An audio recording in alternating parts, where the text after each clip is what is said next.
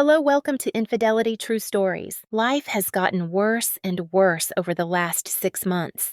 4 years ago, I fell madly in love with a coworker's sister and rushed off to get married with a stupid grin on my face and without a single thought in my head. I believed she was everything I was looking for, but now I realize I was projecting most of that onto a blank slate. She played the part and had the looks, but I never saw what lurked beneath the surface. Let this serve as a lesson to you. Take your time and be confident. Sheila knew how to make a man feel like he was one in a million, and all that mattered in the world. I realize now that she was an expert at getting what she wanted. She played me like she played everyone else, and I never saw the real woman behind the facade until she decided I didn't matter anymore. Over the last year, she had become increasingly aloof. She went from caring and attentive to disinterested and detached. The change was slow at first, but her mistake was that in the last 6 months, the change was fast and she let me see it. She was out late with the girls, but I knew most of our friends couldn't stand her. They were just pretending for my sake. They saw through her long before I did. I knew what I had to do, so I called a man named Harvey Madison. He's a private investigator. I didn't need him to tell me something was wrong. I knew it myself. I needed facts. Sheila had kept me in the dark, and I wanted him to shed light on what she was up to. It only took him a week. I felt such a fool. Sheila was a very, very busy girl, and I was a clueless husband. Harvey was extremely helpful. He provided me with an official signed report, along with photos and videos, and I immediately did two things. I made an appointment with my doctor to have a wide range of blood tests for all known STDs, and I made an appointment with an attorney specializing in family law. Family law is code for divorce. It is rightly said that a picture is worth 1,000 words. A good photograph speaks to you. Can you imagine what a video of your wife sleeping with some jerk says? It doesn't speak. It screams, "Get a divorce now." My lawyer helped me a lot. He said, "Forget what you know. Don't confront her until we're ready, and don't tip her off. Since you're worried about STDs, you either already have them or you don't. Just in case, say you have the flu right now.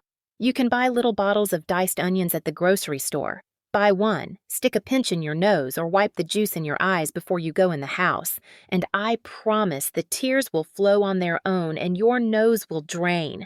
She won't even try to have sex with you. Then, if you run out of excuses, go on a business trip.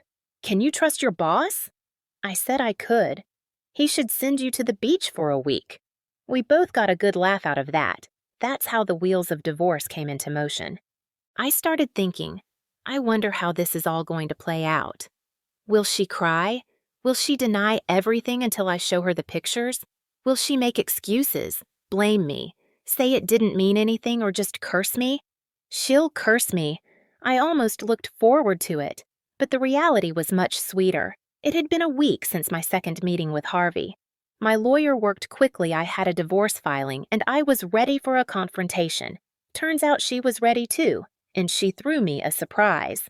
I got home, and there was a Mercedes in the driveway. I had to park on the street. I knew this car well, although I had only seen it in pictures and had never met the driver. I stepped inside, and the grinning faces of Sheila and her companion immediately appeared in front of me. "Bill, sit down. We need to talk." It was so hard not to smile. I wanted to burst into laughter, but I restrained myself. This was going to be more fun than I anticipated. "Bill, I've been unhappy for a long time." "Sheila, we've only been married 3 years. We've known each other for 4. You've been visibly unhappy for a year. You've been having an affair for at least 4 months. How am I doing?" I mean, yeah, I guess it's about that." "Did you know I suspected?" "Well, then it won't be a surprise to you. Bill, I'm leaving you, and I want a divorce.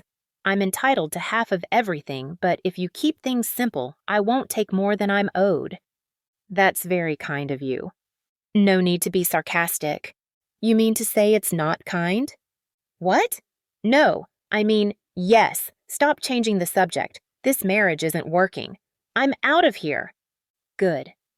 "That's all you have to say?" I looked at the smirking man behind her and nodded. "Who's he?" Bill, don't be rude. It doesn't make you look good.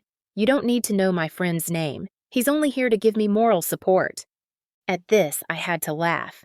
What kind of support? What in your behavior constitutes moral support? Sheila, I don't deserve it. Bill, I didn't mean for this to happen. It just happened. I've been a loving wife to you. I've indulged your inadequate efforts in the bedroom. I cooked you dinners. I took good care of you. But I deserve more than that. It's that simple. Oh, it's not simple at all, Sheila. You made the private investigator I hired run all over town for a week. I laughed, looking at the man. So, Henry, does your wife Barbara know about your affair with Sheila? There was no way they expected this. Henry's face went pale, and he sank into the chair behind him while Sheila was left doing the goldfish mouth, open, lips moving, nothing coming out. I'll take that as a no, I said. I glanced at my watch. She'll know about it any minute. Panic spread across Henry's face. He clearly wasn't prepared for Barbara finding out. Tell me, Henry, do you think a wife who cheats on her husband can be faithful to her lover? Sheila's panic intensified, and she began to shake. I walked across the room and held out several 8x10 glossy sheets. Here, Henry. These are pictures of Sheila sleeping with a guy named George Ellison last Tuesday. Henry's face reflected shock, fear at my approach, and rage at the sight of Sheila having fun with George. I guess he didn't know. And yes, my dear wife, at this very moment, George is being handed pictures of your adventures with Henry. Also, George's wife Peggy is getting pictures of you and George playing hide the salami. She will surely have thoughts to share with George. I wonder what George will say to you at work on Monday. He's your boss, isn't he? Sheila had that classic deer-in-the-headlights look. At that very moment, the phone rang. I wonder if it's George. You'd better answer it. I can entertain Henry until you get back. Sheila didn't move. No? Then you might want to take a look at these. I handed her more photos. Looks like Henry's been as busy as you have. When he's not making deposits at Sheila's bank, he's bending his secretary over his desk. I gave Sheila some pictures of Henry sleeping with a very lush-breasted redhead in his office. This seemed to snap her out of her stupor. So let's see if we've covered everything.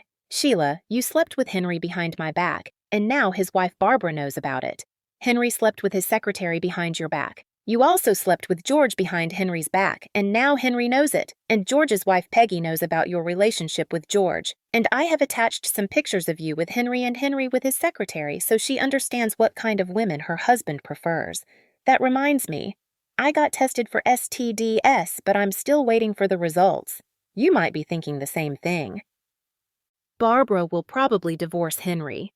Peggy will probably divorce George, and George will probably fire you. Oh, that's what I forgot. I made sure your company got the same pictures of you and George together, as well as a lawsuit from me because you rolled George's salami on your lunch hour. I guess neither of you will have work on Monday. I also gave Henry's company pictures of him sleeping with the red-headed secretary, so his employment prospects aren't good either. I turned to Henry. Sorry, old man, but I just don't like your smarmy face. When I finished, there was silence in the room. I managed to wipe the smug looks off their faces, and I headed to the kitchen for a beer. I could hear voices in the living room, but I wasn't interested in what they were saying. When I returned, Henry was gone and Sheila was sitting on the couch.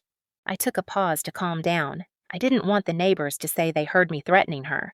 Here are the divorce papers, Sheila. Read them, get a lawyer, sign them. If my lawyer doesn't hear back from you, we'll send you to court. It's a no-fault state, and the division of property will be fair. But that doesn't mean I can't, or won't, send pictures to your parents, sister, cousins, and every friend you've ever had.